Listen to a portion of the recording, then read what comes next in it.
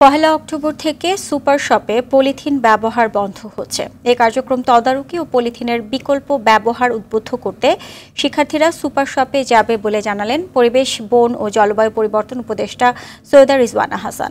তিনি আরও জানান, নভেম্বর থেকে পলিথিন উৎপাদনের বিরুদ্ধে অভিযান শুরু হবে।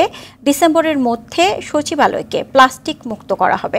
রাজধানীর শেরেবাংলা নগরে বন ও পরিবেশ অধিদপ্তরে পলিথিন পলিপ্রোপাইলিন শপিং ব্যাগের বিকল্প সংক্রান্ত সেমিনারে তিনি এসব কথা বলেন। আলোচকরা বলেন, পলিথিন ছেড়ে বিকল্প হিসেবে পরিবেশসম্মত সামগ্রী ব্যবহারে সবাইকে উদ্বুদ্ধ করতে হবে। আমাদের শিক্ষার্থীরা যাবে, শিক্ষার্থীদেরকে এটা হচ্ছে উদ্বুদ্ধ করা, এবং একটা শিক্ষার্থীদের তালিকা করা হয়েছে কোন কোন স্কুল কলেজ, সেটা আগামীকাল ওদেরকে এখানে একটা ওরিয়েন্টেশন দেওয়া হবে। ওরা কেবল উদ্বুদ্ধকরণের কাজটা করবে। পহেলা নভেম্বর থেকে কিন্তু পলিথিন যারা উৎপাদন করেন, তারা যে কেবল পলিথিন ব্যাগই উৎপাদন করেন তা না, তারা আরও অনেক কিছুই উৎপাদন করেন। সুতরাং পলিথিনটা উৎপাদন না করলে তারা কর্মসংস্থানের বাইরে চলে যাবে, এরকম মনে করার কোনো কারণ নেই। আমরা এই অভিযানটা কিন্তু আমরা থামাবো না।